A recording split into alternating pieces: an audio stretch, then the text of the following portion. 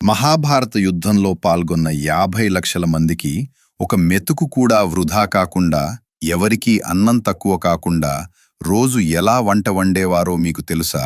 కురుక్షేత్ర యుద్ధంలో ఉడిపిరాజు ఎవడి పక్షాన పోరాడకుండా రెండు వైపులా ఉన్న సైనికులకు వంట చేసే బాధ్యత తీసుకుంటాడు. అయితే యుద్ధంలో ప్రతిరోజు లక్షల మంది చనిపోతారు, కాని వండిన అన్నం ఏ రోజూ మిగలలేదు. అలాగని తక్కువ కూడా కాలేదు.